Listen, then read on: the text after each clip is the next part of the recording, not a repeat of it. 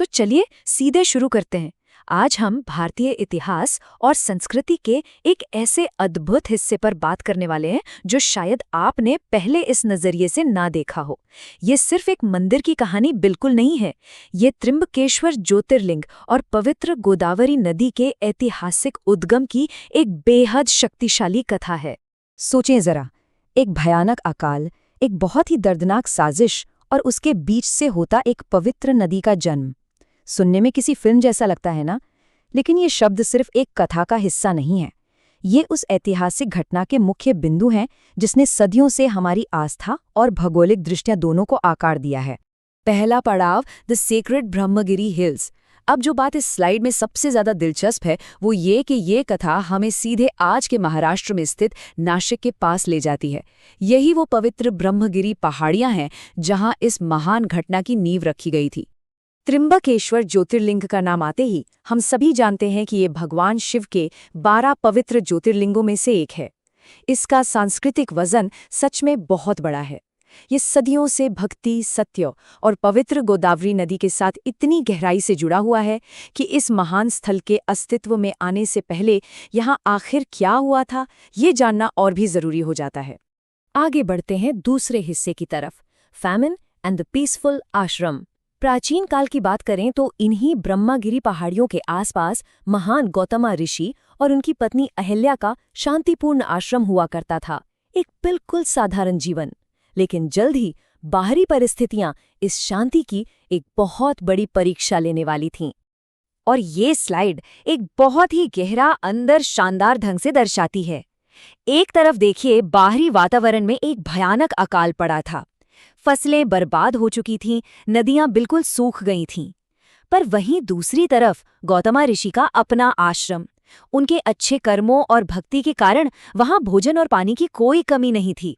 वो पूरी तरह भरा हुआ था। और इस असामान्य स्थिति ने आसपास के कई दूसरे ऋषियों को नेचुरली अपनी तरफ आकर्षित किया। तीसरा हिस्सा, द जेलस सेजेस कंस्पिरेसी। अब देखिए, इस चमत्कारी समृद्धि ने एक बहुत ही अंधेरी भावना को जन्म दिया। आश्रय लेने आए कुछ ऋषि ईर्ष्या यानी जलन से भर गए। और यही वो पॉइंट है जहां से एक ऐसी साजिश की शुरुआत होती है जिसका अकेला उद्देश्य गौतमा ऋषि को किसी भी तरह वहां से बाहर निकालना था।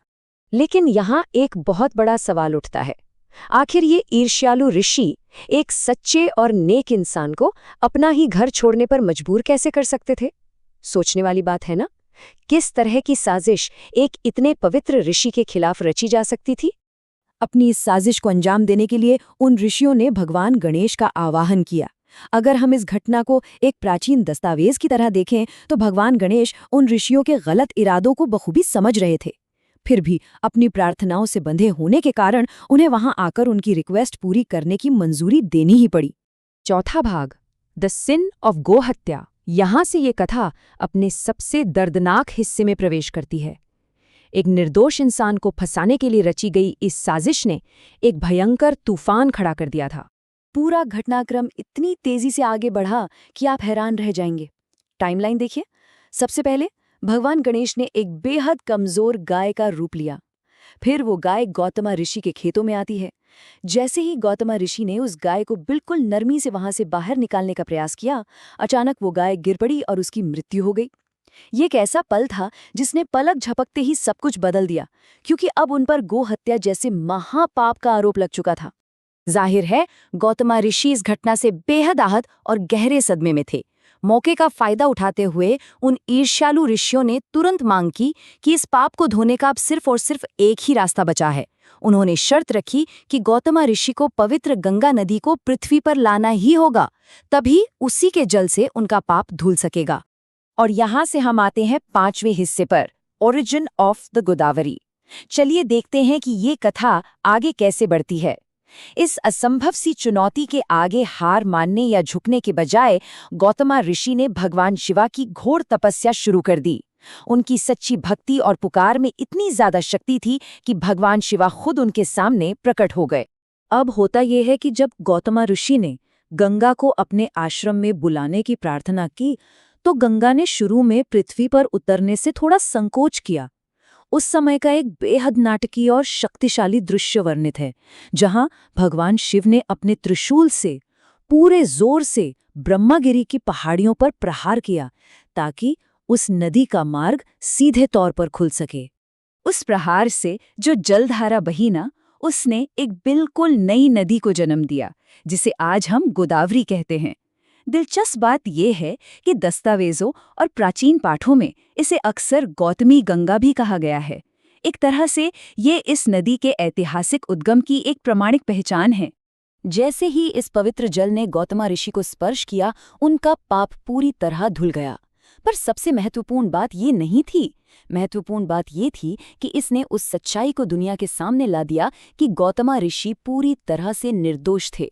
वो साजिश बेनकाब हो चुकी थी और आखिरकार सच्चाई की ही जीत हुई। छठा और आखिरी भाग, लेगेसी ऑफ द ज्योतिर्लिंग। अपने निर्दोष साबित होने के बाद गौतम ऋषि ने भगवान शिव से एक आखिरी प्रार्थना की। उन्होंने मांगा कि भगवान सदैव के लिए इस स्थान पर विराजमान रहें, और यही उस महान ज्योतिर्लिंगा की विरासत का शुरुआती बिंदु था। तो सबसे मुख्य बात यहाँ ये है कि भगवान शिव ने उनकी प्रार्थना स्वीकार की और वहाँ त्र्यंबकेश्वर ज्योतिर्लिंगा के रूप में हमेशा के लिए स्थापित हो गए। अब ये ज्योतिर्लिंगा अपने आप में बेहद बेहद अनोखा है। क्यों?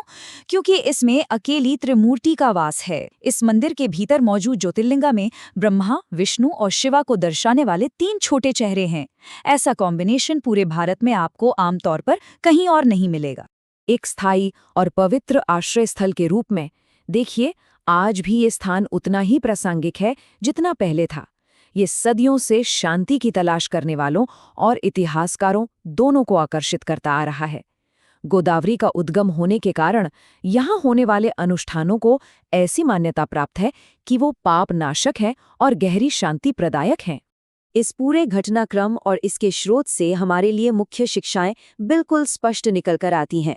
पहला, सच्चाई की हमेशा जीत होती है, चाहे साजिश कितनी भी गहरी क्यों ना हो। दूसरा, ईर्ष्या या जलन अंततः सिर्फ पतन का कारण बनती है और कुछ नहीं। और तीसरा, ईश्वर के प्रति अगर सच्ची भक्ति हो तो आशीर्वाद और मार्गदर्शन किसी न किसी रूप में मिल ही जाता है। इस चर्चा को समाप्त करते हुए मैं चाहता हूँ आप इस बारे में सोचें कि हमारी यह प्राचीन सांस्कृतिक कहानियाँ कैसे उन आधुनिक आध्यात्मिक परिदृश्यों को आकार देती हैं जिनसे हम आज गुजरते हैं।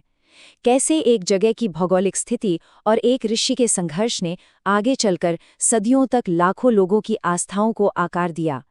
ये एक ऐसी सोचें हैं जो इतिहास, भूगोल और हमारे विश्वास को आपस में जोड़ देती है। आज के इस सफ़र में बस इतना ही। आशा है इसने आपको कुछ नया सोचने का अवसर ज़रूर दिया होगा।